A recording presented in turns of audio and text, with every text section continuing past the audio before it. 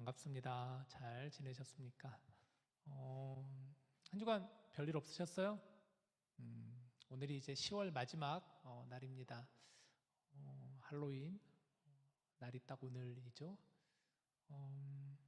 지난주에 우리가 그 심영진 목사님과 함께하는 찬양 집회로 예배를 드렸습니다.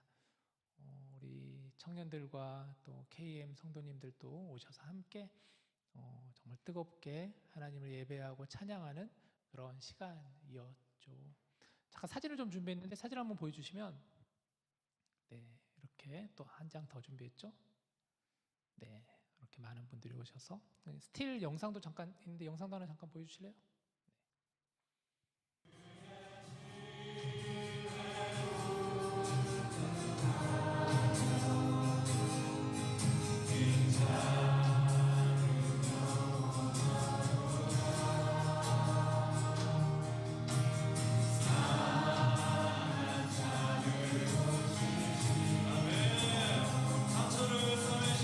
네, 참 그 지난주에 이렇게 찬양을 드리면서 찬양 집회로 예배를 드리면서 참 좋았던 점들이 많았던 것 같아요. 우리가 함께 우리 청년들과 또 성인들과 어른들과 같이 함께 예배할 수 있었다라는 게 얼마나 기쁘고 감사한 일인지 몰라요.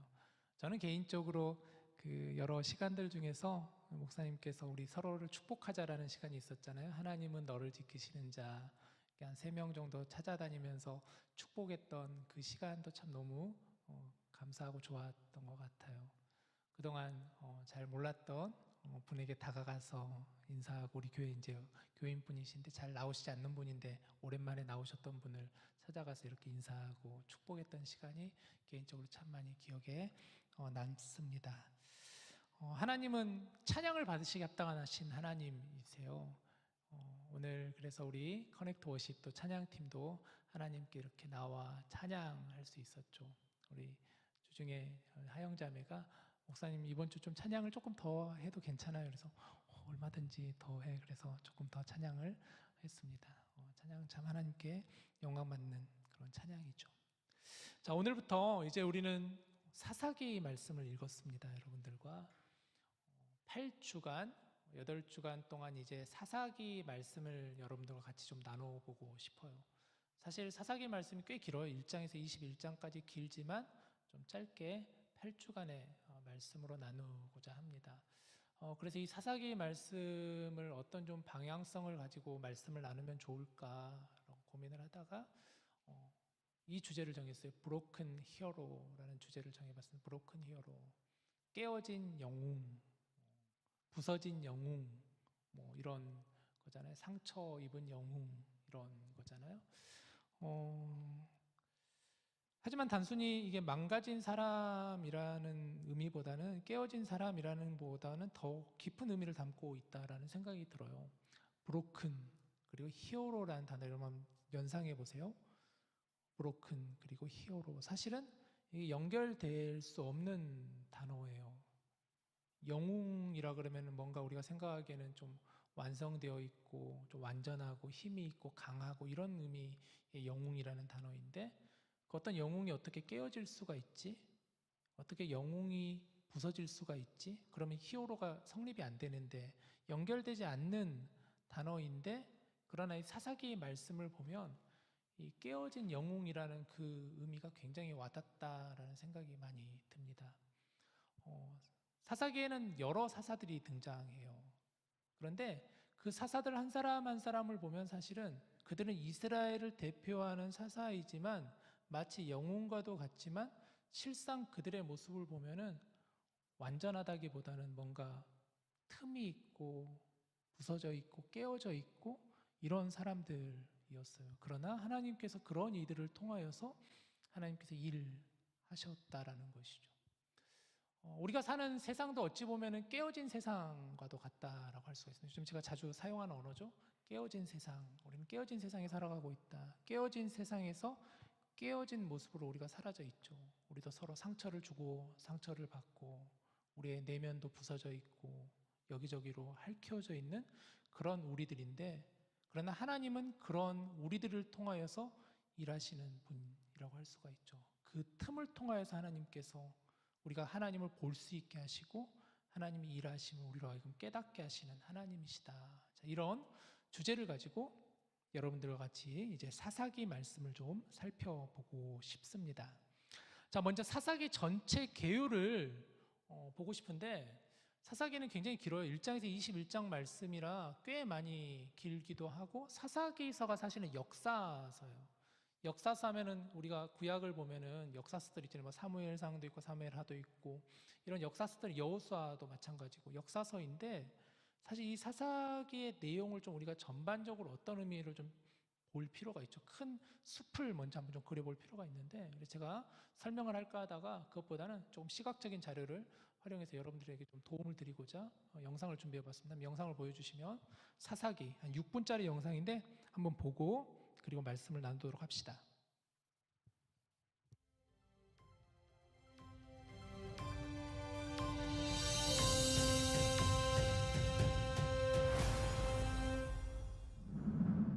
안녕하세요. 이번에는 사사기에 대해 살펴보겠습니다. 사사기라는 제목은 하나님께서 사사를 세우셨다라는 본문 말씀에서 연유되었습니다.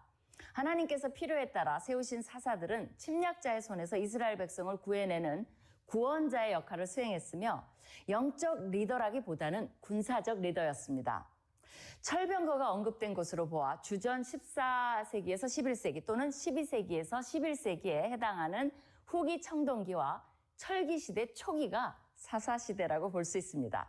사사기의 저자는 알 수 없는데 이스라엘이 정착한 지 300년이 흘렀다는 입다의 말에 따르면 어떤 한 사람이 보고 경험한 것을 기록한 것은 아닙니다. 유대 전승은 사무엘을 저자로 간주합니다. 그러나 사사기 내용 중에 그 땅 백성이 사로잡히는 날까지라는 표현이 바벨론 포로기를 염두에 둔 것이라면 사사기가 실제 완성된 시기는 적어도 포로 시기이거나 그 이후로 볼 수 있기 때문에 사무엘 저작설은 가능성이 희박해집니다. 역사적으로 사사기는 여호수아 죽음 이후의 시대를 기록하고 있습니다. 여호수아 이후로는 강력한 권위를 가진 1인 지도자가 없었으며 영적으로 여호수아 시대와 대조되는 시대가 오게 됩니다. 여호수아 시대의 사람들이 다 죽은 후에 여호와를 알지 못하는 세대가 생겨난 것입니다. 즉 전 세대의 신앙 교육이 실패했다고 볼 수 있습니다. 여호수아 시대가 믿음과 순종으로 승리했다면 사사 시대는 사람마다 자기 소견에 옳은 대로 하는 시대로 바뀌며 하나님을 신뢰하지 않습니다. 여호수아 시대의 정착 이후 나머지 가나안 족속을 진멸하는 임무를 다하지 못한 다음 세대의 실수는 신앙적으로 타협하고 타락한 배교의 시대를 열게 됩니다. 여호와 중심의 나라가 아닌 가나안화된 혼합 종교의 나라가 됩니다.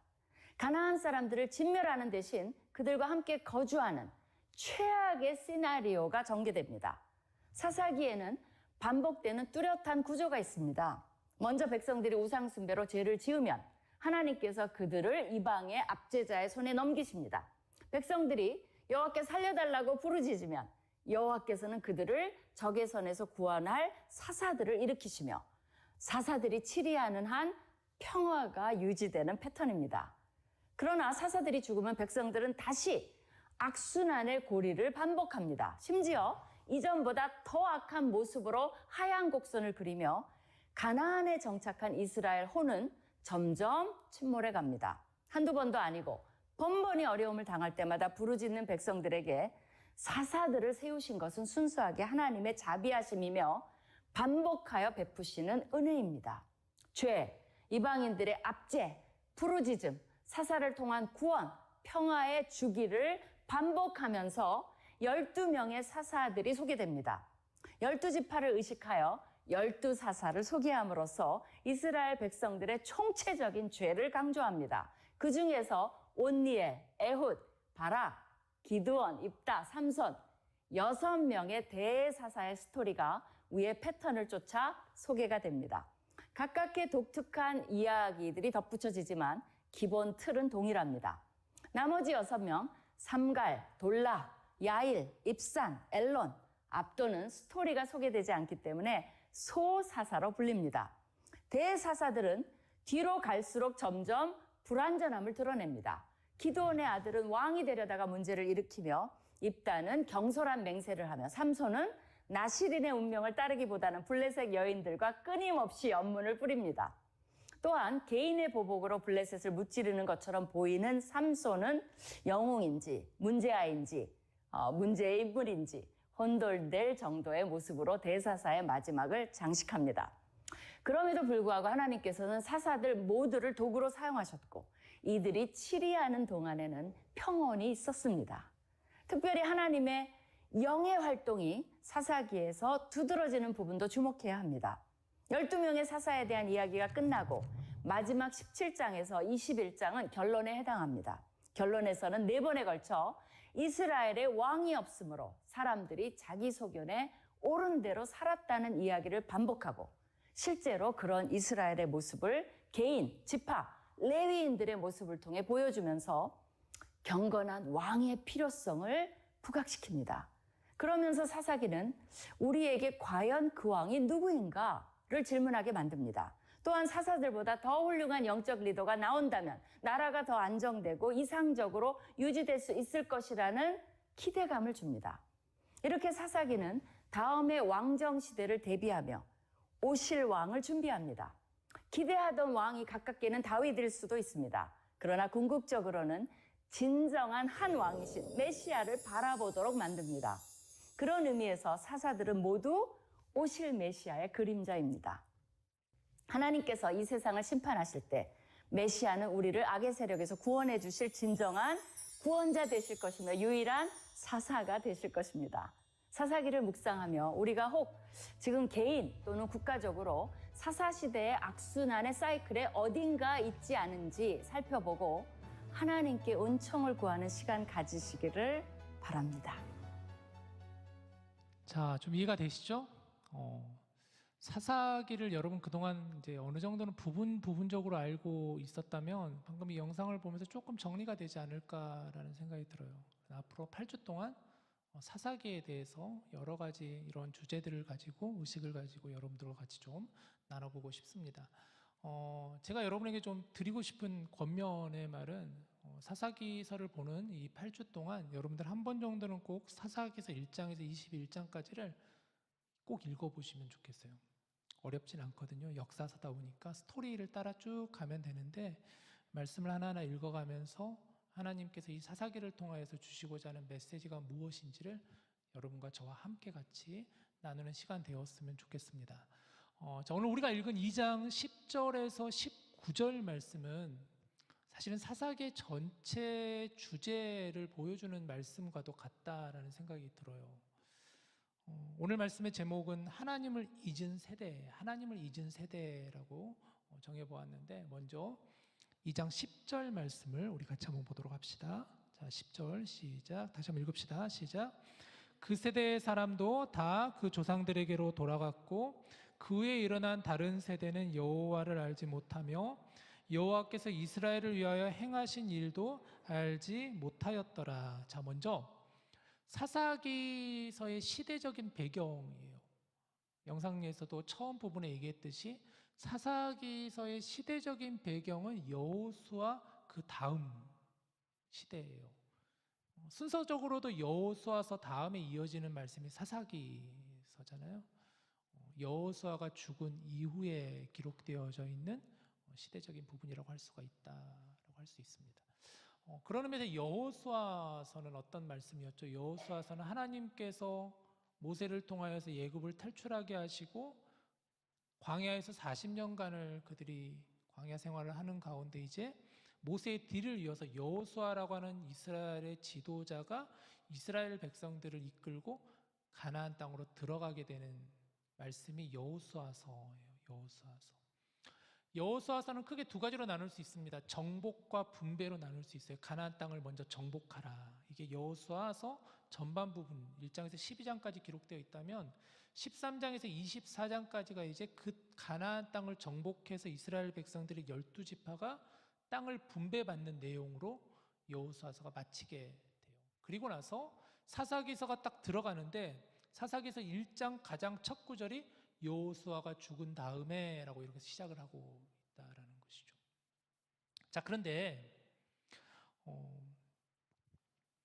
이스라엘 백성들이 가나안 땅에 들어가서 그들이 놓친 것이 하나가 있었어요.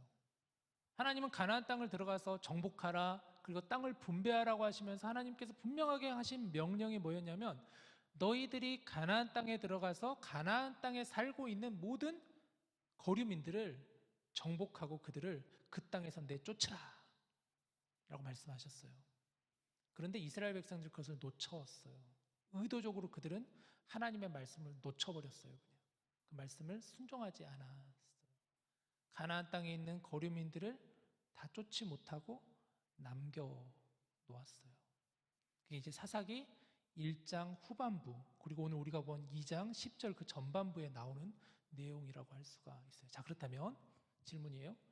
왜 이스라엘 백성들은 하나님께서 가나안 땅에 있는 모든 가나안 거류민들을 내쫓으라고 하셨는데 왜 하나님은 그렇게 말씀하셨을까요? 그냥 평화롭게 가나안 땅에 살고 있는 사람들과 같이 살면 그것도 괜찮을 것 같은데 왜 하나님은 굳이 가나안 땅에 살고 있는 사람들을 다 내쫓으라고 하신 것일까?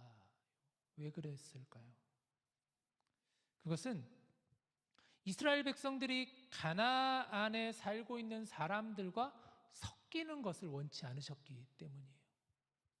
다시, 하나님께서 이스라엘 백성들을 가나안 땅에 들어가서 가나안 땅에 사는 사람들과 서로 함께 섞이는 것을 원치 않으셨다라는 거예요.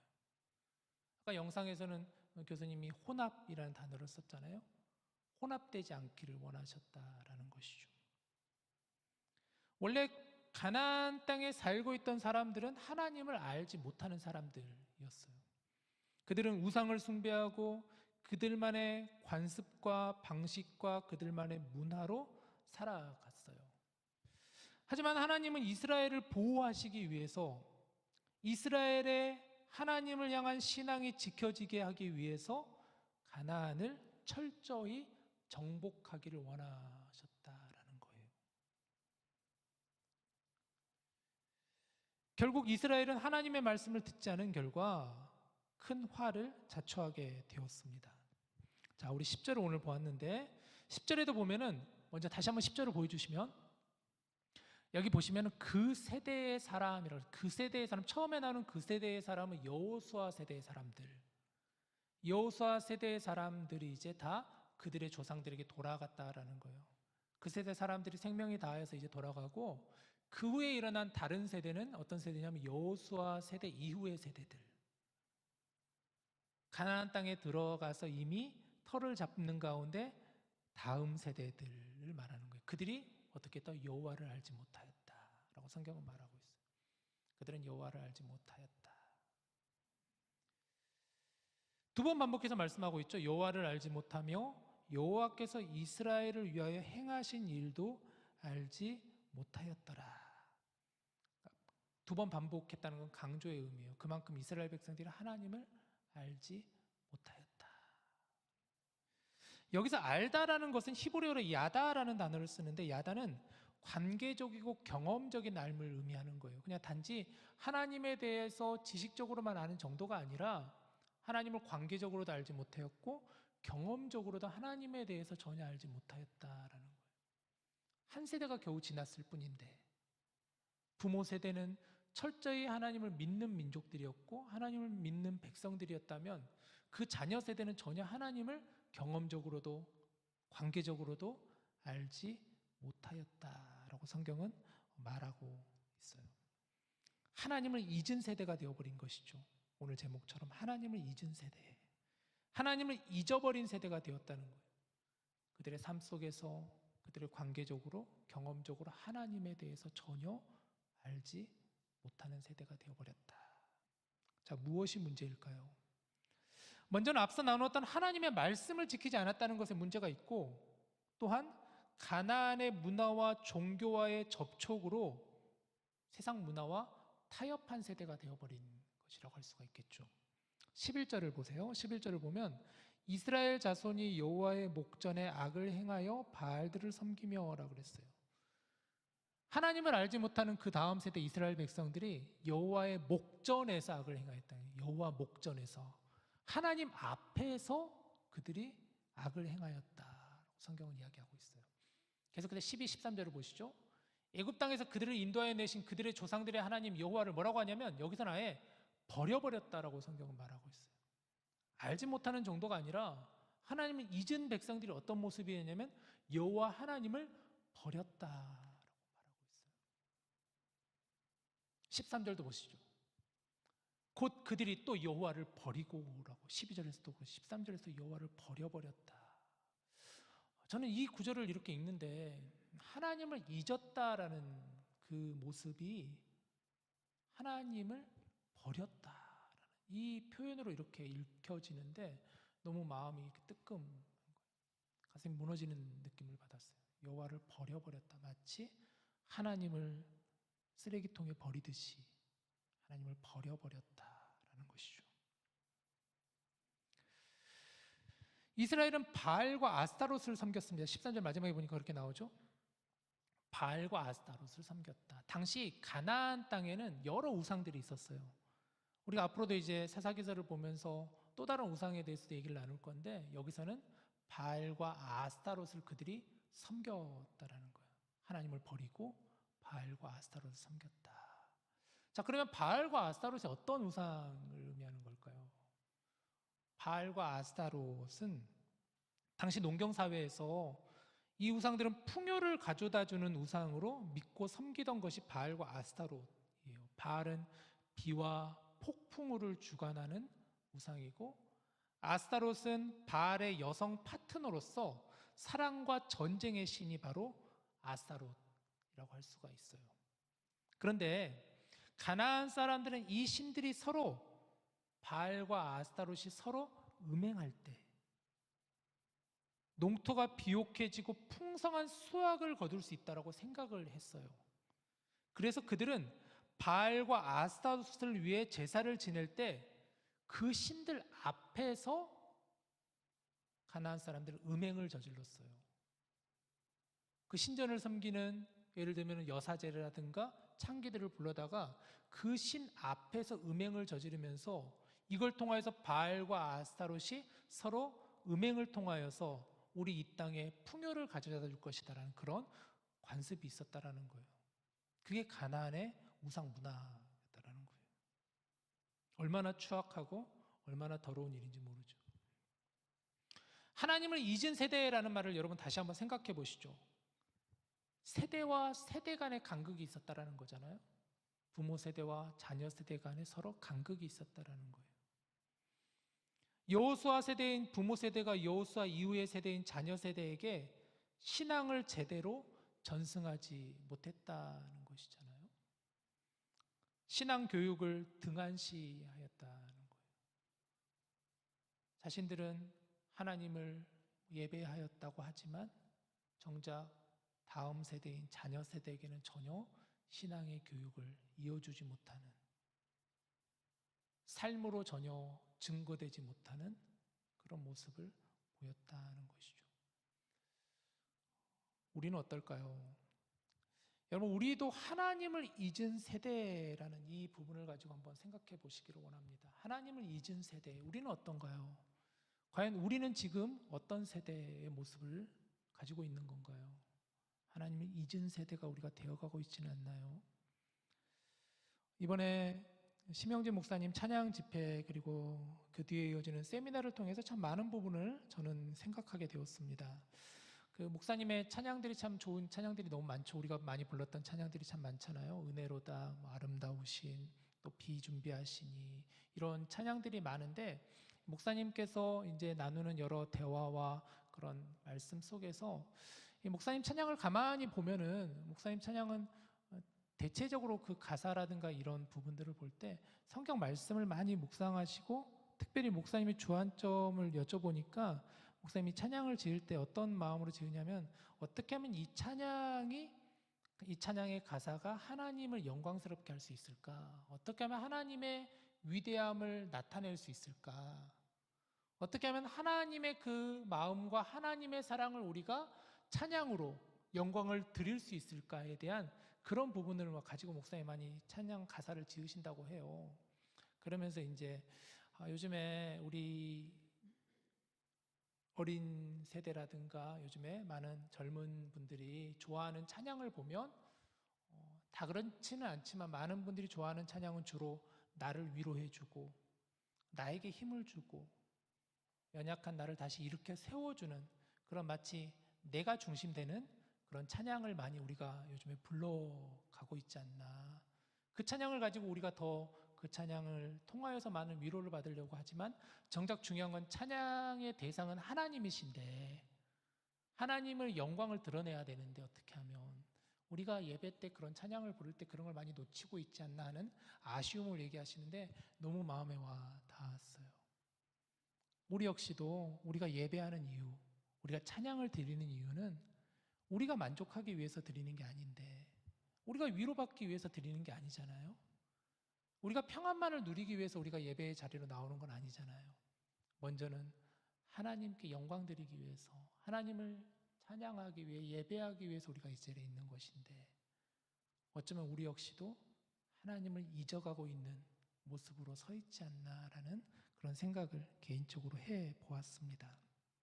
자, 그렇다면 이것으로 인한 결과가 무엇일까요? 14절 15절 말씀을 봐보세요. 여호와께서 이스라엘에게 진노하사 노략하는 자의 손에 넘겨주사 그들이 노략을 당하게 하시며 또 주위에 있는 모든 대적의 손에 팔아 넘기심에 그들이 다시는 대적을 당하지 못하였으며 15절 그들이 어디로 가든지 여호와의 손이 그들에게 재앙을 내리시니 곧 여호와께서 말씀하신 것과 같고 여호와께서 그들에게 맹세하신 것과 같아서 그들의 괴로움이 심하였더라. 자, 하나님을 잊은 세대들, 우상을 숭배하고 하나님을 버린 세대들에게 하나님 어떻게 나타나시나요? 하나님 진노하신다라고 성경은 말하고 있어요. 하나님은 진노하시는 분이시다. 하나님은 그것에 대해서 징계하시는 분이시다. 이스라엘 백성들은 하나님을 잊었지만 하나님은 이스라엘 백성들을 잊지 않으셨어요. 하나님은 하나님의 방법으로 그들을 깨우쳐 주시고 하나님께서 약속하신 그 약속을 하나님 분명히 지키셨어요. 여러분, 하나님은 어떤 분이신가요? 하나님은 죄를 미워하시는 분이세요. 하나님 죄를 미워하시는 분이세요. 하나님은 철저히 죄를 싫어하시는 분이세요.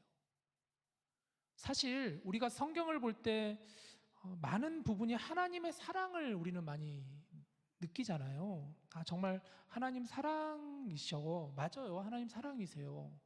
하나님의 따뜻한 성품과 인자하심과 자비로움을 우리는 볼 수 있지만 실상 또 성경의 많은 부분에서는 하나님께서 진노하시는 모습을 보게 돼요. 책망하시고 죄에 대해서 심판하시고 징계하시고 그것을 철저히 부서뜨리시는 하나님을 보게 돼요. 하나님은 죄를 미워하시는 분이세요. 하나님의 본성이시기 때문이에요. 하나님 구별된 분이시기 때문에 하나님은 죄를 싫어하시는 분이에요.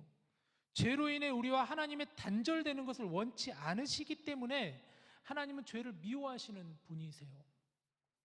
그런데 어느 순간부터 우리는 하나님의 이 공의로움과 정의로움, 죄를 미워하신 하나님에 대해서는 우리가 잘 생각하지 않고 하나님의 사랑하심, 자비하심, 인자하심, 품어주심 이런 것만을 어느 순간부터 우리가 쫓고 있고 그것만 우리가 찾아 들으려고 하고 그런 말씀에만 우리가 은혜를 받으려고 하지 않나라는 생각을 갖게 되는 것이죠. 그렇다면 또 다른 질문을 드려보죠. 왜 하나님은 죄에 대해서 징계의 방법을 택하셨을까요? 왜 하나님은 죄에 대해서 징계하는 방법을 택하셨을까? 오늘 본문 말씀에도 하나님은 이스라엘을 노략하는 자들의 손에 넘겨주셨다라고 그랬어요. 그들이 어디로 가든지 여호와의 손이 그들에게 재앙을 내리셨다라고 그랬어요. 왜 하나님은 이러한 방법을 택하셨느냐라는 거예요. 결론적으로 얘기하면 여러분 이것이 하나님의 사랑이라는 것을 우리가 알아야 되는 거예요.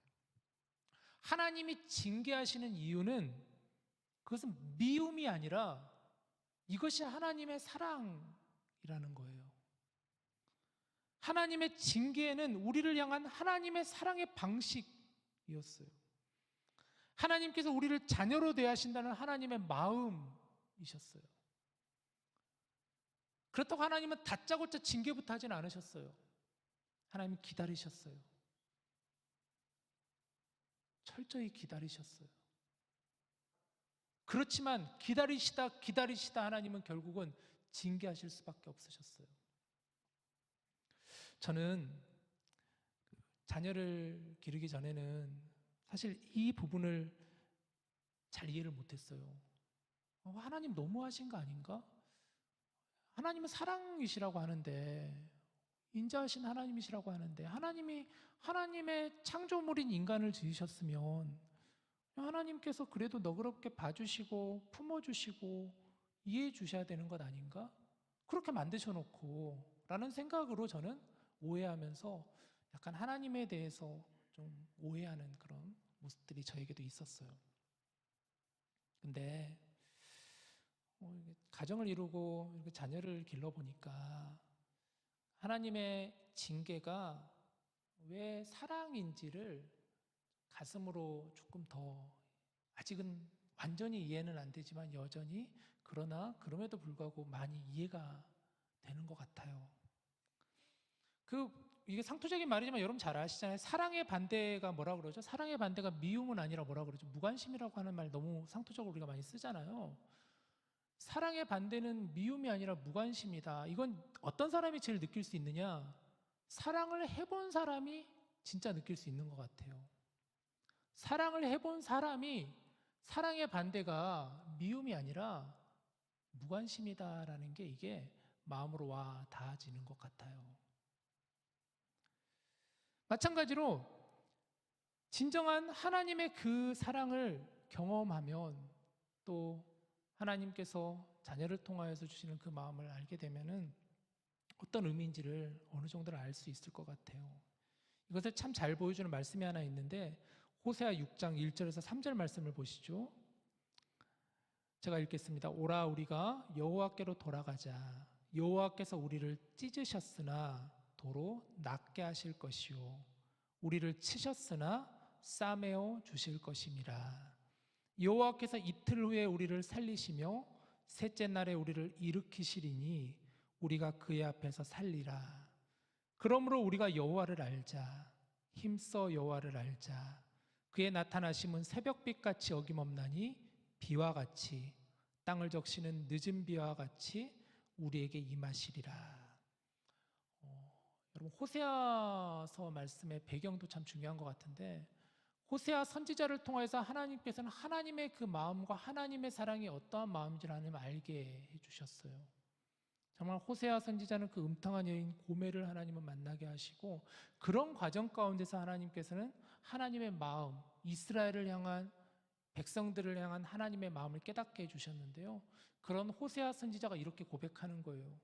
여호와께서 우리를 찢으셨지만 도로 낫게 하시는 분이시다. 우리는 하나님은 찢으셨다라는 부분에만 우리는 강조점을 두면서 그것만 묵상하면서 하나님 너무하신 분이시다라고 생각하지만, 실상은 사실 이 말씀의 강조점은 여호와께서 우리를 찢으셨으나, 다음 구절이에요. 도로 낫게 하셨으며, 여호와께서 우리를 치셨으나 다시 싸매어 주시는 분이시다. 그러므로 우리가 여호와를 알자라고 호세아 선지자는 얘기해요. 그래서 우리가 여호와를 알아야 된다. 힘써 여호와를 알아야 된다라는 것이죠. 지금은 저희 애들이 이제 많이 컸어요. 지금 중학생, 고등학생인데, 그래서 지금은 애들을 훈육할 수는 없어요. 근데 저희 아이들이 어렸을 때는 가끔 애들이 잘못하면 혼을 낼 때가 있었거든요. 그렇다고 매를 든 건 아니었고, 이제 매를 들어도 티가 안 나는 그런 거 있잖아요. 애들도 혹시나 가서 하면 안 되니까. 미국에 살면서 좀 그런 게 있잖아요. 혹시나 우리 아이들이 가가지고 학교에서 엄마 아빠가 때렸어요 그래 버리면 큰일 나니까 티 안 나게 이제 발바닥이라든가 이런 데 있잖아요. 이렇게 살짝 이렇게 할 때가 있었는데, 근데 오죽하면 저희들이 그랬겠어요. 좀 그만 싸우고 그러면 안 되는데, 이렇게 꼭 둘이 싸워요. 그러면은 말을 하다가도 이게 정 안 들으면 이제 그때 이제 한 번씩 이렇게 했는데, 눈물이 쏙 빠지게 혼을 내야죠. 그래야 이제 다시는 안 하니까. 그런데 정작 혼을 내고 나서 누가 힘드냐 생각해 보면 사실은 맞은 우리 아이들은 전혀 힘들어하지 않아요. 사실 누가 힘드냐면 부모가 제일 힘들어요. 혼을 내놓고 저랑 아내는 잠을 못 자요. 그날 밤에 한숨 쉬면서 우리가 여보 우리 잘못이야. 우리가 애들을 잘 키워야 되는데 그러면서 우리 아이들 얼마나 아플까. 그 눈물 뚝뚝 흘리는 모습이 막 잊혀지지가 않아서 우리는 둘이는 막 잠을 막 설치면서 잠을 못 자는데 애들 방에 가보면 애들은 아무렇지도 않아요. 꿀꿀 잘 자고 있고 그 다음날 아침에 일어나자마자 아무렇지도 않게 저희들에게 달려와가지고 놀아달라고 하고 이런 걸 보면서 이런 거구나. 하나님 마음도 그런 마음이시지 않을까. 하나님도 때로는 우리에게 징계하시지만 그렇다고 하나님께서 고소하다라는 마음으로 그러진 않으셨겠다라는 생각이 들었고 또 하나님께서 그 징계하시는 방법의 의미가 어떤 의미인지를 부모로서 조금 더 이해가 되는 것 같아요. 그런데 여러분 우리는 어떤가요? 이제 앞으로 우리가 사사기 말씀을 보면서 반복되는 사이클을 보게 될 건데 한번 그림을 보여주시면 이걸 잘 기억해 주면 좋겠어요. 사사기에서 계속해서 반복되는 부분이에요. 이게 이스라엘 백성들은 하나님 앞에서 죄를 지어요. 그러면 하나님은 기다리시다 결국은 하나님께서 징계의 방법으로 그들로 하여금 다시 깨닫게 하세요. 그러면 그때서야 이스라엘 백성들은 하나님 앞에서 엎드려 회개해요. 그러면 또 하나님께서는 그 회개에 응답하시는 하나님이세요. 다시 구원을 베풀어 주세요. 그러면 또 그 구원이 차차 시간이 지나가면서 그들의 마음속에는 또 그것을 잊어버려요. 망각해버리는. 그러면서 다시 죄를 짓는 거예요. 이게 계속해서 반복되는 사사기에서도 보여지는 사이클인데요. 이게 오늘날과 너무나 비슷하잖아요. 우리와 너무 비슷하지 않냐라는 것이죠. 우리도 생각해 보시죠. 여러분 우리도 많은 모습으로 하나님 앞에 죄를 짓습니다. 그럼 때로는 하나님은 어떤 방법으로 우리를 다시 돌이키게 하세요. 그러면 그때서야 우리는 하나님 앞에 회개를 해요. 여러분 회개에 대해서 여러분 기억하시죠? 회개는 세 가지가 있어야 된다고 그러잖아요. 지적으로, 감정적으로, 의지적으로. 먼저는 하나님을 알아야 되겠죠. 내 죄가 얼마나 큰 죄인지를 알아야 되는, 지적으로 알아야 되고, 감정적으로는 그 죄에 대해서 가슴 깊이 슬퍼하고 애통해야 돼요. 근데 그걸로만 그치면 그건 진정한 회개가 아니라고 그랬어요. 의지적이 필요하다고 그랬어요. 그게 바로 변화와 결단과 방향이 완전히 하나님께로 돌아가는 거예요. 그게 회개예요. 우리는 그런데 그 회개 가운데서도 그러면 거기서 이제 우리는 멈춰야 되는데 그런 가운데 또 하나님의 은혜를 다시 한번 깨닫게 되지만 중요한 것은 또 우리도 망각해버리는, 우리도 그런 모습이지 않나요? 그럴 때가 얼마나 많나요? 그러한 우리들에게 주시는 말씀이 바로 호세아의 말씀, 여호와께 돌아가자라는 거예요. 여호와께 돌아가자. 하나님을 잊은 세대, 여호와께 돌아가야 된다. 정말 하나님께 돌아가는 것이 우리의 길이라는 거예요, 여러분. 정말 하나님께 완전히 돌아가야 되는 거예요. 사사기서의 메시지는 결국은 이 메시지를 한마디로 정리하자면 결국은 저는 여호와께 돌아가자라는 게 사사기서의 가장 중요한 핵심적인 메시지라는 생각이 들어요. 정말 진정한 왕은 누구신가? 정말 진정한 왕은 누구신가?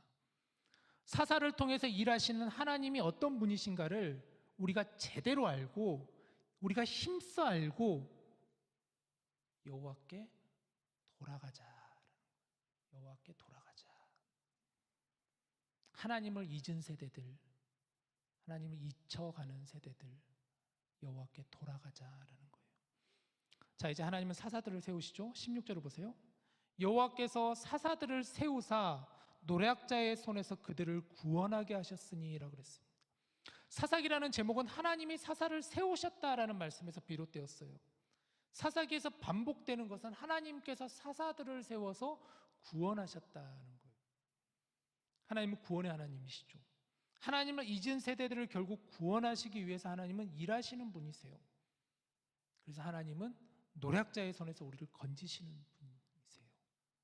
이제 우리는 이제 앞으로 사사기를 여러분들과 함께 보면서 하나님께서 어떻게 구원의 역사를 펼쳐 가시는지, 어떻게 하나님께서 깨어진 세상에서 깨어진 사사들을 통해서 하나님께서 어떻게 일하시는지, 궁극적으로 그들을 통해 하나님께서 무엇을 말씀하시고자 하시는지를 여러분들과 함께 사사기를 통하여서 나눠보고자 합니다. 하나님을 잊은 세대들, 그런 우리들에게 주시는 이 귀한 말씀이죠. 여러분, 오늘은 10월 31일입니다. 오늘은 종교개혁 기념일이에요. 날짜적으로 굉장히 특별한 하루가 오늘 하루예요. 어떻게 걸려도 딱 정확하게 걸렸어요. 10월 31일. 세상은 할로윈이 10월 31일이죠. 참 상반적이라고 생각이 들어요. 종교개혁 기념일 그리고 할로윈, 굉장히 상반적인 날이 바로 오늘이에요. 세상은 할로윈을 보내고 있습니다. 악마, 괴물, 마녀의 코스튬을 하고 축제를 즐기지만, 그러나 실질적으로 사실 오늘 이 하루는 종교개혁 기념일이에요. 제가 예전에 교회학교 사역을 하면서 아까 우리 하영이는 홀리윈이라고 이런 걸 보냈다고 했는데, 제가 교회학교 사역할 때 저는 그래서 미국 와가지고 그 할로윈 이걸 어떻게 해야 될까 그러다가 처음에는 할렐루야 나잇이라고 많이 하잖아요. 할렐루야 나잇, 아무리 들어도 촌스러운 거예요. 저는 개인적으로 할렐루야 나잇, 이거 너무 올드하지 않나? 그래서 저는 그때 이제 할렐루야 나잇이라고 안 하고 저는 라이트데이라고 이렇게 명칭을 하면서 교회학교 때 그때 사역을 했었던 기억이 나요. 라이트데이, 빛의 날. 세상은 어둠으로 치닫고 있지만 우리 어린 친구들은 빛의 날로 오늘 하나님 앞에 나와서 함께 즐겁게 예배하고 서로 함께 즐겁게 교제하고 그런 시간 생각이 납니다. 여러분, 오늘 종교개혁 기념이라고 그랬는데 아까 잠깐 사진 보여주신 건 종교개혁자 마틴 루터를 한번 보시죠. 1517년 10월 31일 독일의 종교개혁자 마틴 루터가 비텐베르크 성당에 95개 조항의 반박문을 써서 망치로 못을 박으면서 했어요. 당시에 중세 캐톨릭이 굉장히 부패했었거든요. 하나님을 잊은 세대였어요. 그들 역시도 하나님을 하나님으로 제대로 알지 못하고 정말 하나님이 어떤 분이신지를 알지 못하고 그들은 잘못된 구원관과 또 잘못된 신앙생활의 모습으로 사람들을 호도하였고, 그런 가운데 마틴 루터가 목숨을 내걸고 비텐베르크 성당 문 앞에 95개조의 반박문을 못을 박으면서 기록하였어요. 이게 도화선이 되어서 유럽 전역으로 종교개혁이 퍼져나가면서 오늘날 개신교가 나오게 된 거죠. 종교개혁의 5가지 중요한 정신이 있는데 이거 하나만 같이 나누고 말씀을 마무리하겠습니다. 보시죠. 여기 보시면 솔라 그라티아, 오직 은혜다, 오직 은혜다, 오직 은혜예요. 오직 하나님의 은혜죠. 솔라 피데, 오직 믿음, 오직 믿음. 로마서에 보면 오직 의인은 믿음으로 말미암아 살리라라는 말씀처럼 오직 믿음이다. 솔루스 크리스투스, 오직 예수예요. 오직 예수, 오직 예수. 솔리 데오 글로리아죠. 오직 하나님께 영광. 고린도전서 10장 31절에 보면 오직 하나님께 영광이라는 말씀이 있죠. 그리고 마지막 솔라 스크립투라, 오직 성경입니다. 오직 성경. 이 5가지가 바로 종교개혁의 정신이에요, 여러분. 오늘은 그 날을 기념하는 날, 종교개혁 기념일입니다. 이 날을 여러분 꼭 기억하시며 하나님을 잊은 세대가 아니라 하나님을 기억하는 세대로 나아갈 수 있는 저와 여러분 될 수 있기를 주님의 이름으로 축복합니다.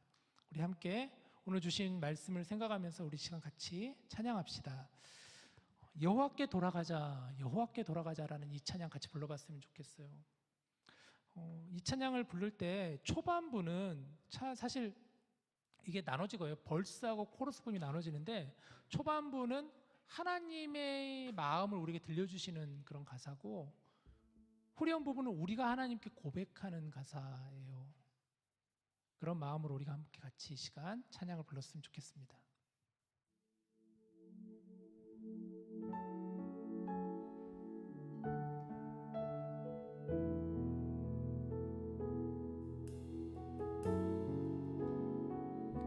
하나님의 마음을 생각하며 같이 이 시간 찬양합시다. 내 백성이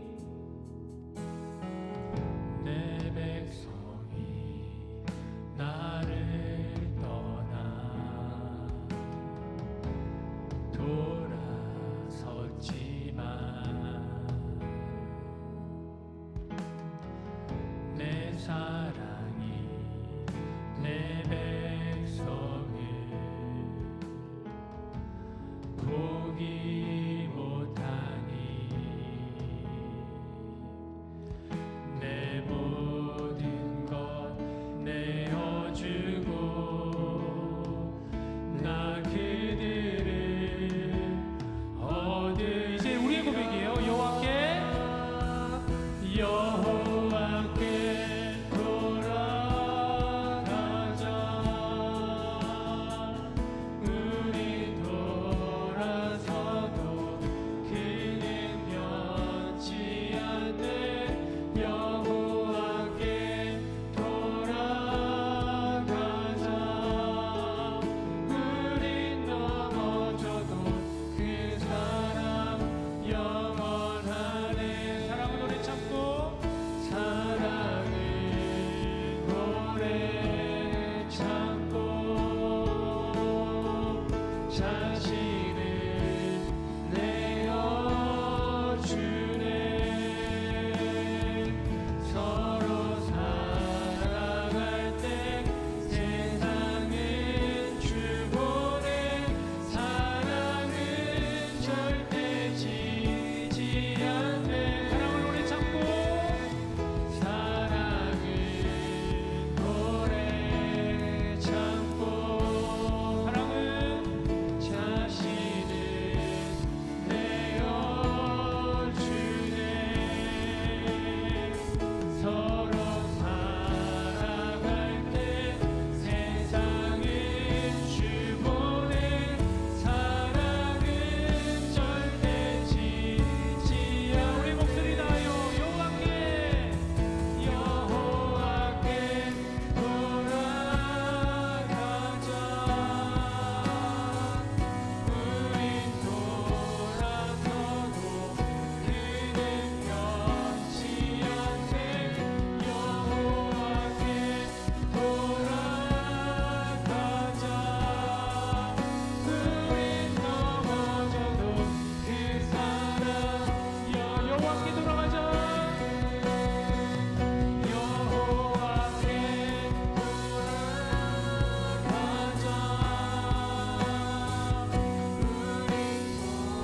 돌아서도 그는 변치 않네. 여호와께 돌아가자.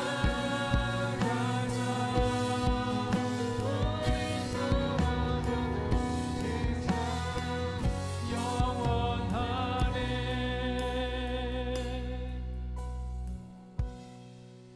오늘 우리가 하나님을 잊은 세대에 대해서 말씀을 나누었습니다. 우리가 이제 사사기 말씀을 여러분들과 같이 8주 동안 나누는데 참 의미 있는 말씀으로 다가왔으면 좋겠어요. 이 시대 가운데, 이 세대 가운데 주시는 하나님의 마음으로 하나님께서 찾으시는 그 한 사람, 깨어진 세상 가운데 깨어진 사람으로 살아가는 그러한 저희들에게 하나님 그 틈을 통하여 하나님을 보기를 원하신다는 것이죠.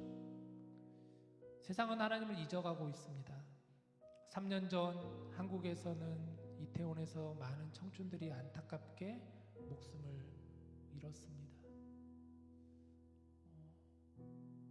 참 안타깝죠. 여전히 세상은 변함이 없습니다. 자기중심주의에 빠져 우리는 반복되는 죄에 빠져 신음하고 한 생명 한 생명을 소중히 여기지 못하는 그런 저희들로 살아가고 있습니다. 나 중심적으로 우리가 살아가고 있지 않나. 하나님께서 한 생명을 바라보시는 하나님의 마음, 하나님의 그 따뜻한 사랑 우리가 잃어가고 있지 않나. 또 한편으로 우리가 너무 죄에 대해서 무감각해져 가고 있지는 않나. 참 많은 것을 생각하는 오늘 하루인 것 같습니다. 이 시간 우리 같이 기도할 때 하나님, 이 땅 가운데 정말 하나님을 잊는 세대들이, 그런 저희들이 다시 하나님께로 돌아가는 자들이 되게 하여 주시옵소서. 하나님의 마음으로 주변을 살피게 하여 주시고, 하나님의 사랑으로 이웃을 돌아보게 하시고, 서로 사랑으로 서로 안아주고 보듬어주고, 또 죄 안에서는 정말 우리가 경각심을 가지고 죄에서 돌아갈 수 있는, 떠날 수 있는 자들이 될 수 있게 해주시옵소서. 우리 시간 같이 기도할 때 하나님, 오늘 우리에게 주시는 이 말씀이 우리 마음판에 새겨지게 하여 주시옵소서. 우리로 하여금 하나님을 잊지 않는, 하나님을 기억하는, 여호와를 알아가는, 힘써 여호와를 아는, 정말 하나님께 돌아갈 수 있는 그런 이 세대가 될 수 있게 해달라고, 우리가 될 수 있게 해달라고, 이 땅 백성들이 될 수 있게 해달라고 우리 시간 같이 함께 기도하겠습니다. 같이 기도합시다. 사랑이 많으신 하나님, 우리가 사사기 말씀을 이제 우리가 함께 나누며 정말 이 땅 가운데 하나님의 마음이 어떤 마음인지, 이 땅을 바라보시는 하나님의 그 긍휼하심이 어떤 긍휼하심인지를 우리가 깊이 알게 하시고 깨닫게 하시고 주께로 나아갈 수 있는 저희들이 다 될 수 있도록 인도하여 주시옵소서. 여호와께 돌아가자 하는 이 찬양의 가사가 우리의 고백이 될 수 있도록 살아계신 하나님, 우리의 삶을 인도하시고 우리의 마음과 우리의 시선과 우리의 방향을 주께로 향하게 하여 주시옵소서. 세상은 하나님 어둠을 향하여 치닫고 있습니다. 세상을 어둠을 향하여 폭주기관차와 같이 치달아가고 있습니다. 그러한 이 땅 가운데 우리 역시도 함몰되지 않게 하여 주시옵시고, 휩쓸리지 않게 하여 주시옵시고, 정말 하나님이 우리를 향하신 하나님의 마음과 하나님의 사랑과 우리 하나님의 공의와 정의가 우리 가운데 있게 하여 주시옵시고, 그렇게 우리가 살아갈 수 있도록 주님이 인도하여 주시옵소서. 여호와께 돌아가는 백성들 되게 하여 주시옵소서. 우리는 돌아서도 하나님은 변치 않는다 하였습니다. 오늘 우리가 살아가는 이 땅 가운데 하나님의 빛이 비치게 하여 주시옵소서. 정말 종교개혁의 깊은 의미가 되살아나는 이 하루 될 수 있도록, 그런 우리의 삶이 될 수 있도록, 우리의 걸음이 될 수 있도록 인도하여 주시옵소서. 살아계신 하나님, 이 땅을 비춰주시옵소서. 절망 가운데 있는 이 땅 가운데 빛을 비춰주시옵소서. 어둠 가운데 있는 우리 디모데 가운데서 하나님 빛을 비춰주시옵소서. 빛 대신 주님을 예배하게 하여 주시고, 빛 대신 주님을 찬양하는 저희들 되게 하여 주시옵소서. 일어나 주님께로 걸어나가게 하여 주시옵소서. 여호와께 돌아가는 저희들 되게 하여 주시옵소서. 그는 변치 않고 우리를 바라보시며 우리를 향하여 손을 내미신 하나님의 손을 붙잡고 나아갈 수 있도록 살아계신 하나님 인도하여 주시옵소서. 우리를 치유하여 주시옵소서. 이 땅을 고쳐주시옵소서. 주님, 하나님, 우리가 정말 살아가면서 너무나 하나님을 잊어갈 때가 많은 저희들의 모습입니다. 이 세상 문화 가운데, 어둠을 향하여 나가는 이 땅 가운데 하나님, 우리 역시도 휩쓸려 가고 있진 않나. 오늘 이 말씀을 통하여서 우리 자신을 다시 한번 보게 하여 주시옵소서. 내게로 나아오라, 여호와께로 돌아가자 하는 이 말씀이, 이 메시지가 오늘 우리에게 주신 하나님의 음성으로 들려지게 하여 주셔서 하나님, 우리로 하여금 하나님께로 나아갈 수 있는, 하나님을 잊은 세대가 아니라 하나님을 알아가는 세대, 하나님을 기억하는 세대가 될 수 있도록 우리 한 사람 한 사람을 붙잡아 주시옵소서. 우리 공동체를 붙잡아 주시옵소서. 우리 공동체를 통하여서, 우리 교회를 통하여 이 땅 가운데 환하게 빛을 비치는 주님의 빛을 바라는 저희들 될 수 있도록 인도하여 주옵소서. 우리 주 예수님의 이름으로 간절히 기도드립니다.